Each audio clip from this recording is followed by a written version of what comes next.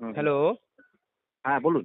হ্যাঁ স্যার, বলছিলাম মাদ্রাসা সার্ভিস কমিশনের যে ওএমআর এর যে একটা বিষয় নিয়ে একটা মামলা শুনছিলাম গতদিন। হুম, হুম, তো ওই হুম, হুম। বিষয়টা কি আর মামলায় কি কি হলো, তো একটু যদি কিছু বলেন। এটা 2022-এর মামলা। হ্যাঁ। মানে এটা ওই সিক্স সেশন এর মামলা অ্যাকচুয়ালি। হ্যাঁ। কারণ নোটিফিকেশনটা হয়েছিল 2013, আর হ্যাঁ। এক্সামটা হয়েছিল 2021-এ। হ্যাঁ।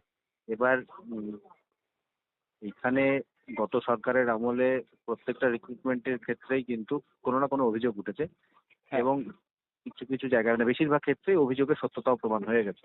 হ্যাঁ। প্রাইমারি বলুন, এসএসসি বলুন, হয়েছে।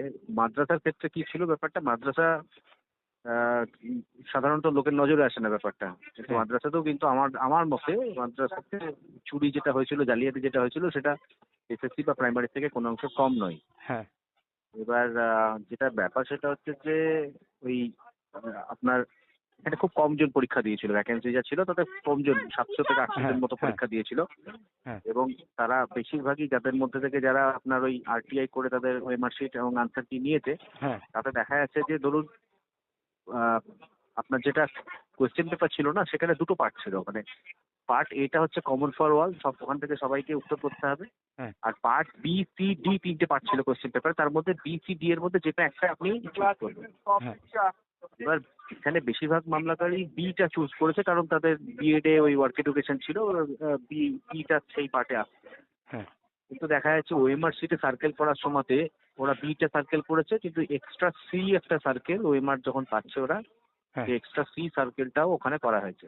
হুম। অর্থাৎ কিনা তাদেরকে ডিসকোয়ালিফাই করার জন্য হুম। এ তো অটোমেটিক সার্কেল করাই ছিল, হুম। বিটা ক্যান্ডিডেট নিজে করে সিটাকে কেউ করে দিয়ে তারপর হুম। ওএমআরটাকে, তাকে আর কোয়ালিফাইং মার্কসটা তার দেয়নি। হুম। মানে ওএমআরটাকে রিজেক্টও করেনি। আবার অদ্ভুত ব্যাপার, ওরা কি করেছে, খালি এ পার্টের জন্য হুম। 28টা হুম। প্রশ্ন। হ্যাঁ।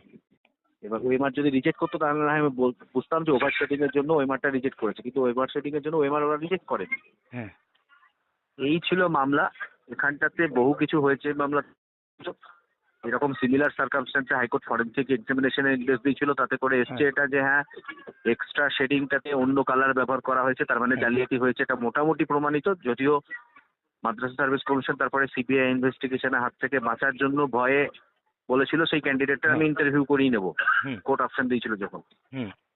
এবার সেই জিনিসে আবার চাগার দিয়ে উঠেছে। আমরা যেটা লাস্ট যেটা এফেক্টিভ হিয়ারিং যখন হয়েছিল, তখন হুম।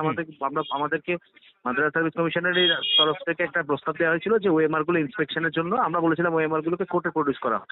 ওরা হুম। বলেছিল ইন্সপেকশন করার জন্য ওরা ওদের অফিসে ডেকেছিল আমাদেরকে, তো আমরা গেছিলাম কোর্টের নির্দেশে। আমি হুম। হুম। আমি হুম। গিয়ে হুম। ওএমআর ইন্সপেকশন মানে আপনি ইন্সপেকশন করে মাদ্রাসা এসে কোর্টে রিপোর্ট দিই।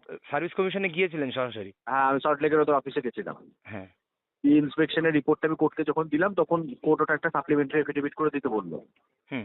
এইটাই আমরা দিয়েছি যখন, এখন ওটাতে ওরা অপোজিশন ফাইল করবে বলছে। এবার আমি বলতে চাইলাম যেটা এদিনকে হিয়ারিং এ, যে হুম। আমি যেটা নিজের চোখে দেখেছি, আমি তো কোনো মক্কেলের ভার্সন বলছি না, পিটিশনারের ভার্সন বলছি না, আমার নিজের ভার্সন বলছি। হুম। হুম। সেখানে ওরা অপোজ করার কি আছে ওদের? আমি যেটা দেখেছি সেটা বলেছি। হ্যাঁ। তো ওরা চাইলো যে আমরা যে সাপ্লিমেন্টারিটা দিয়েছি তার এগেনস্ট একটা ওরা রিপ্লাই অপোজিশন দিতে চাইলো, সেটা খুব সুযোগ দিয়েছে। কিন্তু হ্যাঁ। মামলাটা আমরা বলেছি যে এটা একটা সিমিলার সার্কামস্ট্যান্সেস, মক্কেলরা যে সুযোগ পেয়েছে, তাদের হ্যাঁ। ইন্টারভিউ নেওয়া হয়েছে, ওদেরকে ইন্টারভিউ নেওয়া হোক। হ্যাঁ। আর একটা জিনিস যেটা নিজের পক্ষে আর একটা জিনিস করা যেতে পারে, সেটা হচ্ছে করতে এটাও রিকোয়েস্ট করেছি যে এবারে মামলাটা শেষ হোক, অন্তত পক্ষে যেদিকেই যাক শেষ হোক। হুম। সেই মোতাবেক 23শে জুলাই রেখেছে। আচ্ছা। আর 23শে জুলাই আপনার 3টের সময় রেখেছে, এটা ফিক্স করেই দিয়েছি টাইম আমরা। হ্যাঁ। এটা শেষ হবে। এবার জালিয়াতি হয়েছে মোটামুটি হ্যাঁ। অর্ধেকের বেশি প্রমাণ হয়ে গেছে। কোর্ট হ্যাঁ। ইনভেস্টিগেশন দিলে আরো বেশি হবে। এবং আমি আপনাকে বলছি, এই জালিয়াতিতে এই হুম। দপ্তরের সর্বোচ্চ স্তরের মানে মন্ত্রী লেভেল পর্যন্ত হুম। জড়িয়ে আছে এটাতে। এটা আমাদের তখনও আমরা কোর্টকে বলেছিলাম, এবং যদি ইনভেস্টিগেশন হয় আমাদের বলাটা সত্য প্রমাণ হয়ে যাবে।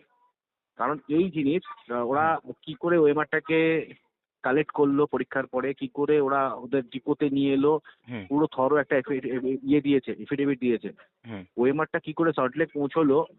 সেটাতে ওরা থার্ড পার্টির আশ্রয় নিয়েছে, ওরা নিজের দায়িত্বে নিয়ে আসলো ওএমআর। আচ্ছা। আচ্ছা। তাহলে এই ওএমআর নিশ্চয়ই বাইরে গেছে, নাহলে ওএমআর এ ওই সার্কেল এক্সট্রা সার্কেল করলোটাকে। হ্যাঁ। এখন যদি সরকার আমাদের একটু সাহায্য করে, এই প্রসেসে নতুন গভর্নমেন্ট এসে যদি সরকার একটু সাহায্য করে, হুম। এই মামলাতেও কিন্তু চোর ধরা পড়বে। তারা কি একটা চাকরি ব্যাপারে করছে? আমরা মোটামুটি সেখান থেকে কি চাকরি করছে অনেকেই? চাকরি, হ্যাঁ, পুরো প্যানেলই ভর্তি হয়ে গেছে, চাকরি করছে। আচ্ছা, দীর্ঘ মানে কত সাল থেকে এটা? হ্যাঁ, হ্যাঁ, বলুন। তারা চাকরি পেয়েছে কত সালে? চাকরি পেয়েছে 21 সালে। 21 সালে সেপ্টেম্বর নভেম্বর নাগাদ প্যানেল হয়েছে। আচ্ছা। আচ্ছা। আচ্ছা। মানে সেখান থেকে চাকরি করছে কিন্তু ওএমআর ওখানে দুর্নীতির হ্যাঁ, মধ্যে। ওখানে চাকরি করছে, দেখুন যারা চাকরি করছে তাদের এগেনস্টে কিছু বলার নেই। হুম। কারণ হচ্ছে আমরা সিস্টেমটার বিরুদ্ধে অভিযোগ করছি, আমরা চাকরি প্রার্থীদের বিরুদ্ধে অভিযোগ করছি অভিযোগ না। যারা নেই। চাকরি করছে তাদের বিরুদ্ধে আমরা কি অভিযোগ করবো? তবে ইনভেস্টিগেশনের দরকার আছে এটাতে। অবশ্যই। এবং এটা খুব একটা বড় স্কেলের ইনভেস্টিগেশনও নয়। মাত্র আমি কি বলছি 700-800 জন। আমার কাছে কিছু না হলে 30 থেকে 40টা ওএমআর আছে। সবকটাতে এরকম এক্সট্রা সার্কেল। আপনি বলুন তো, আপনি পরীক্ষার হলে গিয়ে যেখানে খুব পরিষ্কার বাংলাতে এবং ইংরেজিতে দুটো ভাষাতে ইনস্ট্রাকশন দেওয়া আছে যে কি করে আপনি ওএমআরটা ফিল আপ করবেন। আপনি কোনোদিন যে পার্ট থেকে কোশ্চেন আনসার করবেনই না সেই পার্টটাও সার্কেল করে আসবেন? না, না কখনোই কেউ না। করবে? না, এই না। স্টেজে এসে কেউ করবে কি 1-2 নাকি? সে অবশ্যই। সেই জিনিসটাই হয়েছে। এবার এই চোরটা ধরা পড়ুক, সেটা আমরা চাই। আচ্ছা। ধরা পড়বে, এই চোর ধরা পড়বে, এটা আমরা ছাড়বো না তো সহজে। 23শে জুলাই আমার রেখেছে। 23শে জুলাই 3টের সময় রেখেছে। আচ্ছা, আচ্ছা। ওকে স্যার, অনেক ধন্যবাদ। ঠিক। ওকে।